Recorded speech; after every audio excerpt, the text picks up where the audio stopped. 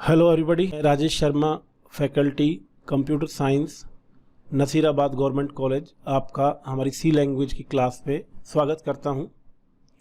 जैसा कि पिछली क्लासेस में हमने कुछ बेसिक प्रोग्राम्स बनाए और सी की अर्थमेटिक के बारे में जाना, तो उसको ध्यान में रखते हुए आज हम एक प्रोग्राम और लेते हैं जिसमें हम एक कोन का सरफेस एरिया और उसका वॉल्यूम जो है वो कैलकुलेट करेंगे, जिसके लिए हमें कोन की जो रेडियस है और दूसरा जो हाइट है वो हमको गिवन होगी। यानी कि एक तरीके से कहें, अगर इसका एल्गोरिदम एनालाइज करें तो आपका कुछ इस तरीके से एल्गोरिदम इसका होगा कि स्टार्ट, फिर आपको चूंकि रेडियस और हाइट गिवन होगी, मतलब ये कि यूज़र से आपको वो वैल्यूज़ लेनी है, तो आप रीड करेंगे क्या, रेडियस r, इसके लिए सिंबल ले रहा हूँ मैं, और हाइट के लिए सिंबल ले रहा हूँ h। अब चूंकि सरफेस एरिया जो होता है उसका जो फॉर्मूला होता है वो होता है पाई r square plus pi r l। अब चूंकि L जो है वो हम यूज़र से नहीं ले रहे हैं, तो L जो है वो आपको कैलकुलेट करनी पड़ेगी R और H से।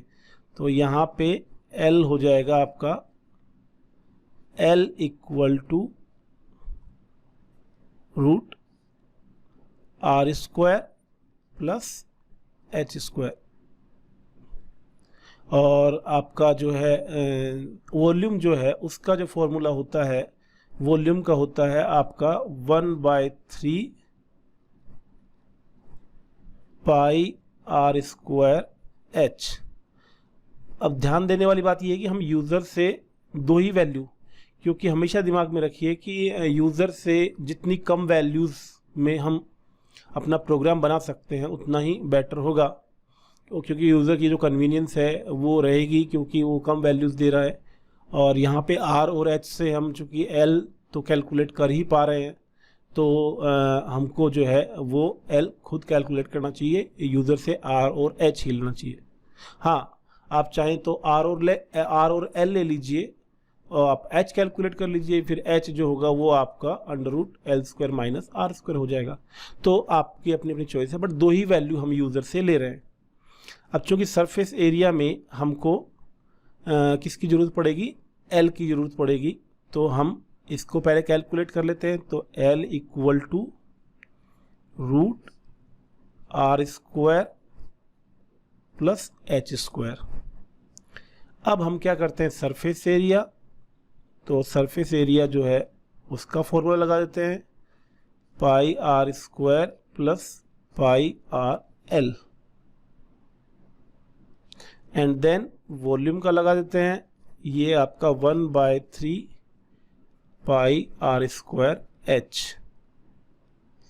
देन आपका जो है ये हम आउटपुट में देते हैं, तो प्रिंट करवा देते हैं कि आपका जो सरफेस एरिया और वॉल्यूम वो हम क्या कर देंगे, प्रिंट करवा देंगे, एंड देन आपका जो एल्गोरिदम है या प्रोग्राम जो होगा वो स्टॉप या ख़त्म हो जाएगा।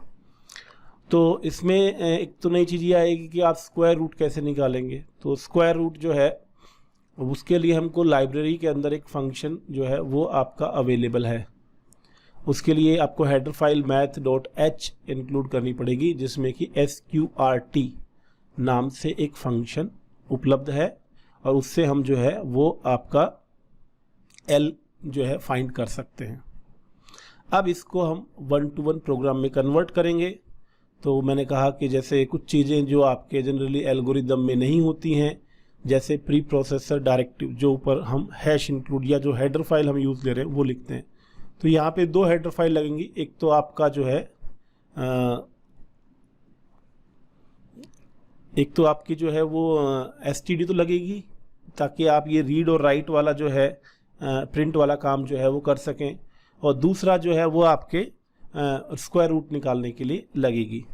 तो मैं यहाँ पे नीचे जो है इसका प्रोग्राम जो है वो लेता हूँ। तो प्रोग्राम जो है वो इस तरीके से हो जाएगा कि पहली लाइन ये जो है मैंने कहा इसके कॉरस्पॉन्डिंग तो आपका जो है मेन रहता है, तो आपका यहाँ पे आ जाएगा वॉइड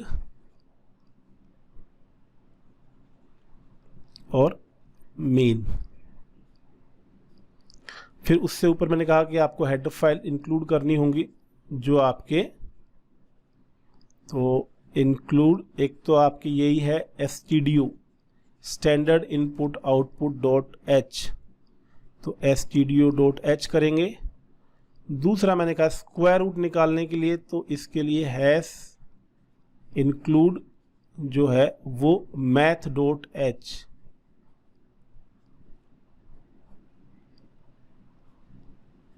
ये दो हेडर फाइल हम इंक्लूड करेंगे, स्टैंडर्ड इनपुट आउटपुट और मैथ डॉट एच। अब अपना प्रोग्राम जो है वो मेन से शुरू होगा और मेन से ही एंड होगा, ठीक है। अब इसमें आपको चूंकि सिंबल जो यूज लिए हैं वो भी आपको पहले डिफाइन करने पड़ते हैं, तो इसमें आर लिया है, एच लिया है हमने, एल लिया है। ये देखिए ये सिंबल्स जो है कहीं ना कहीं हम डाटा को रीड करने के लिए ले रहे हैं, आर और एच। फिर एल जो है वो इंटरमीडिएट रिजल्ट है एक तरह का, जो फाइनल जो है अपने प्रिंट नहीं करवाने वाले हैं, लेकिन अपने एक तरीके से कैलकुलेशन में बीच में आएगा।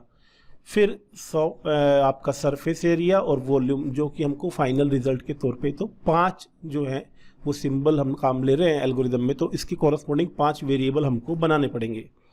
तो इसके लिए हम क्या करते हैं, आर और एच को मैं इंटीजर में ही ले रहा हूँ, यानी कि मैं एक्सपेक्ट कर रहा हूँ कि जो आर और एच जो है वो इंटीजर में ही यूज़र देगा।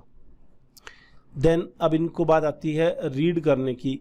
अच्छा, बाकी के वेरिएबल भी डिक्लेयर कर लेते हैं, क्योंकि मैंने आपको पहले भी बताया है और ये बात आप ध्यान रखिएगा कि सी लैंग्वेज में आपको जितने भी वेरिएबल डिक्लेयर करने हैं वो या यूज़ लेने हैं वो सारे आपको जो है ब्लॉक के स्टार्टिंग में या फंक्शन के स्टार्टिंग में ही आपको क्या करने पड़ेंगे, डिफाइन करने पड़ेंगे। एक भी अगर आपने एग्जीक्यूटेबल स्टेटमेंट लिखी और उसके बाद अगर आप वेरिएबल को डिफाइन करेंगे तो उसमें एरर आ जाएगी, तो इस बात का हमको विशेष तौर पे ख्याल रखना है। तो यहाँ पे देखिए एल जो है वो आपका एल तो चूंकि आप स्क्वायर रूट आ रहा है R square plus H square का, तो वो आपका जो है वो क्या आ सकता है, फ्लोट में आ सकता है, यानी रियल वैल्यू आ सकती है। तो फ्लोट ले रहा हूँ मैं बाकी के, क्योंकि आपका एल जो है वो फ्लोट में आ सकता है, एस ए जो है वो आपका फ्लोट में आ सकता है, और वॉल्यूम जो है वो आपका फ्लोट में, मतलब रियल वैल्यू आ सकती है, इसलिए मैंने फ्लोट लिया। और फ्लोट जो है वो ठीक ठाक है, एक्यूरेसी के हिसाब से कोई ऐसी दिक्कत नहीं है। डे टू डे लाइफ में इससे ज़्यादा एक्यूरेसी की ज़रूरत हमको रेयर ही पड़ती है, क्योंकि जो फ्लोट है वो पॉइंट के बाद 6 डिजिट का प्रिसीजन जो है वो देता है, और पॉइंट के बाद 6 डिजिट जो है वो काफ़ी होती हैं जनरली। हाँ, साइंटिफिक कैलकुलेशन में हो सकता है कि ज़्यादा प्रिसीजन चाहिए तो उसके लिए डबल या लॉन्ग डबल का इस्तेमाल किया जा सकता है। तो यहाँ पे सबसे पहले अब आते हैं जो हमने वेरिएबल डिक्लेयर किया, उसके बाद में रीड वाली जो लाइन है। तो रीड के लिए मैंने आपको बताया था कि स्कैन एफ यूज़ होगा। करना इतना भर है कि जितने वेरिएबल आप रीड कर रहे हैं, तो आर और एच कर रहे हैं, तो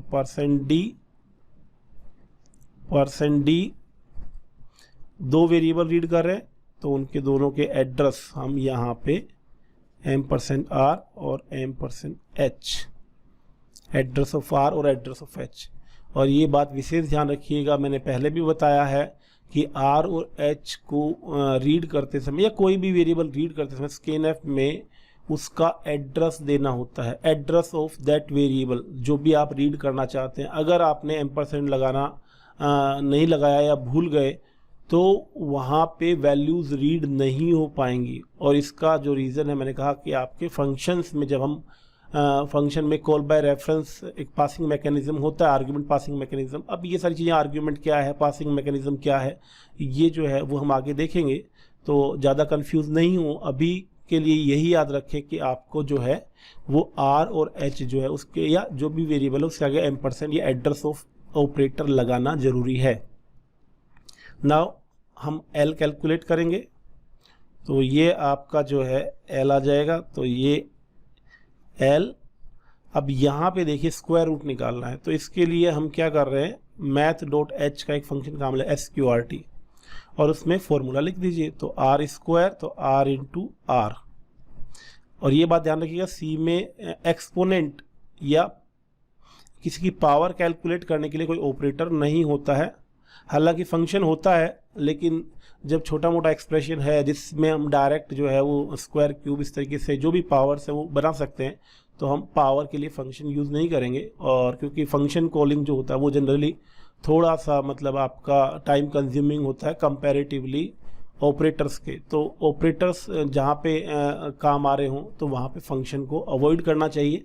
तो हमने यहाँ पे ऑपरेटर काम में लिया आर स्टार आर और एच स्टार एच, जिससे आर स्क्वायर और एच स्क्वायर आ जाएगा। फिर हम जो है वो ये आपका सरफेस एरिया कैलकुलेट करेंगे। तो इसमें भी ऐसा ही कर लेंगे, पाई आर इंटू आर और प्लस पाई। अब ये भी देखने वाली बात है कि पाई जो है वो आपके सी के कैरेक्टर सेट में नहीं है, तो यहाँ पे फिर आप पाई नहीं लिख पाएंगे। पहली बात तो कीबोर्ड पे पाई होता भी नहीं है, लेकिन मान लो किसी तरीके से उपलब्ध होता स्पेशल सिंबल, मान लीजिए आप ले आए कहीं से, तो और आप लेकिन सी में वो आपका नहीं चलेगा, उसमें एरर आ जाएगी। इसलिए पाई की जगह 3.14 का इस्तेमाल हम करेंगे।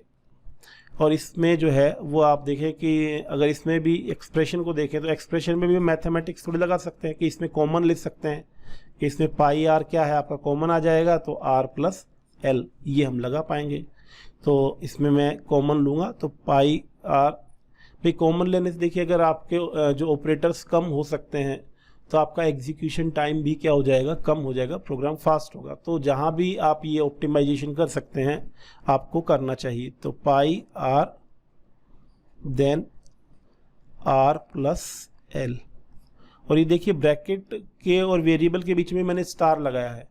अगर आप स्टार नहीं लगाओगे, आप ब्रैकेट, चूंकि आप मैथ्स के अंदर ये देखते हैं कि भाई आपने ब्रैकेट लगा दिया, इसका मतलब बाहर वाली वैल्यू और ब्रैकेट के साथ में है तो मल्टीप्लाई होती है ऑटोमेटिकली, ये इम्प्लिसिटली होता है मैथमेटिक्स के रूल्स में। लेकिन कंपाइलर जो है सी का वो ऐसा नहीं करेगा, वो एरर शो कर देगा अगर आपने कोई वेरिएबल फिर देन ब्रैकेट लगा के कोई दूसरा एक्सप्रेशन लिख दिया, तो वो बाय डिफ़ॉल्ट अपने आप से मल्टीप्लाई नहीं मांगता है। इस बात का आप विशेष ख्याल रखिएगा। तो ये जो यहाँ पे जो मैंने स्टार लगाया है ये कंपलसरी है। अगर आप इसको, हाँ यहाँ पे अगर देखेंगे एल्गोरिदम में हम नहीं लगाए तो चलेगा, क्योंकि एल्गोरिदम जो है वो मैथमेटिकल मॉडल के ऊपर बेस्ड है। तो वहाँ पे आपने ए ब्रैकेट लगाया उसको तो मल्टीप्लाई, लेकिन यहाँ पे आपको मल्टीप्लाई के लिए अलग से ऑपरेटर जो है वो आपको लगाना पड़ेगा। अब इसके बाद जो है वो वॉल्यूम पे आ जाते हैं। तो वॉल्यूम के लिए वॉल्यूम 1/3। अब 1/3 है तो 1/3 आप लिख सकते हैं, लेकिन अगर आप सिर्फ इतना भर लिखेंगे तो ये 0 हो जाएगा, क्योंकि ये मैंने आपको पिछली क्लास में सी के अर्थमेटिक में बताया है। तो आप 1/3.0 लिख सकते हैं, या 1/3 को आप 0.333 आपको पता है कि वो आएगा, तो आपकी डिवाइड की कैलकुलेशन भी बच सकती है। तो मैं डायरेक्ट क्या करता हूँ वही लिख देता हूँ। तो 1/3 को मैंने लिख दिया 0.333 इंटू पाई का लिख दिया मैंने 3.14। और आप और एक ऑपरेटर बचाना चाहते हैं तो आप ये भी कर सकते हैं कि ये जो 0.333 इंटू 3.14 है, इसका जो है वो आप क्या कर दें, कैलकुलेशन खुद कर लें और डायरेक्ट वो वैल्यू लिख लें। और फाइनली जो है दोनों कैलकुलेट करने के बाद, यानी कि ये अपना सरफेस एरिया कैलकुलेट हो गया यहाँ पे, ये यहाँ पे अपना वॉल्यूम कैलकुलेट हो गया, और ये फाइनल लाइन है प्रिंट एफ जो कि %। अब यहाँ पे सरफेस एरिया वॉल्यूम दोनों ही जो हैं वो आपके क्या है, फ्लोट हैं, तो उसका फॉर्मेट स्पेसिफायर होता है %f। तो ये आपका जो है, और इसमें देखिए एम्परसेंड नहीं लगेगा जो कि एड्रेस ऑफ ऑपरेटर है, स्कैनफ में जरूरी है लेकिन प्रिंट एफ में नहीं है। तो यहाँ पे डायरेक्ट वेरिएबल का नाम आप लिखेंगे सरफेस एरिया और वॉल्यूम। तो